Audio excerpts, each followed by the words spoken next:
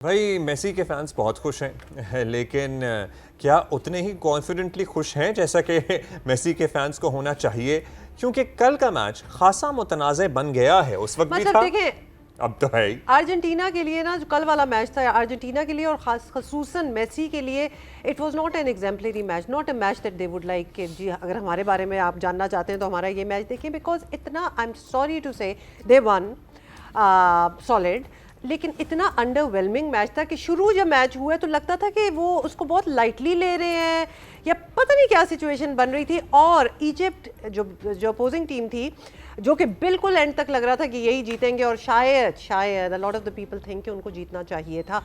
दे वर सो aggressive, क्योंकि ज़ाहिर है टोटली इन इट। मेसी का पेनल्टी मिस कर देना और दूसरा भी कर देना, फिर दूसरा कैंसिल हो जाना और फिर दूसरे की जगह तीसरा भी कर देना। शो के दौरान तो टाइम नहीं था, लेकिन अब उसका जो मेसी का पहला पेनल्टी था ना, Messi wasn't even there. Lacklustre किस्म की अटेम्प्ट थी। It was so underwhelming, it was so underwhelming. सनसनीखेज मुकाबला आप कह लीजिए, लेकिन एक मुतनाज़ ज़रूर ये मुकाबला रहा है क्योंकि रेफरी के बहुत सारे फैसलों पर सवालात भी उठ रहे हैं। फिर VAR के जरिए जो गोल मनसूख किया गया इजिप्ट का, वो कह रहे हैं कि जी लेजिट था, और अगर उस रूल को अप्लाई करते हुए इजिप्ट का गोल कैंसिल किया गया तो फिर अर्जेंटीना का भी एक गोल कैंसिल हो सकता था। हुआ ये कि 3-2 के मुकाबले में बेसिकली अर्जेंटीना ये मैच जीत गया, लेकिन बहुत देर तक ये मैच 2-0 के साथ चल रहा था जिसमें बरतरी इजिप्ट की थी। मैच के बाद रेफरी के फैसले शदीद मुतनाज़े का मरकज बन गए हैं। मैच के 15वें मिनट में मिस्र ने, जैसा आपने बताया, एक गोल कर लिया था। मतलब शुरू में वो करते चले जा रहे थे, मतलब फर्स्ट हाफ में तो लग रहा था कि अब गया अर्जेंटीना का कोई सीन नहीं है, लेकिन हमें पता है कि ये इस तरह फुटबॉल मैचेस में लिटरली एंड के 5-10 मिनट में भी चीजें जो होती हैं वो बदल 58 मिनट में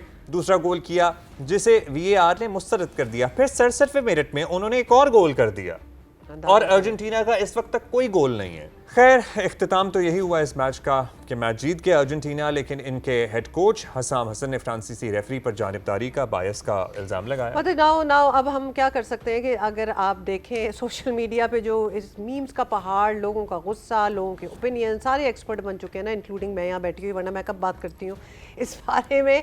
but you have to see the memes going around, मतलब जिसमें इजिप्ट टू अर्जेंटीना, VAR से उन्होंने अर्जेंटीना कर दिया है 3, तो उन्होंने तो जीतना ही था। इस किस्म की बहुत बातें हो रही हैं। और फिर फीफा में कुछ और मुतनाज़ फैसले भी किए गए हैं in couple of other matches, including the Trump card जो ट्रम्प की वजह से दिया गया, तो उसमें थोड़ा सा ना फ्लेवर टेंट सा हो गया है। मतलब people are talking about it. किरकिरा तो हो गया है। फिर लोग ये भी राय है कि भाई मेसी को कैसे, या मेसी की टीम को कैसे इस टूर्नामेंट से बाहर किया जा सकता था, taking into consideration the commercial aspects of it.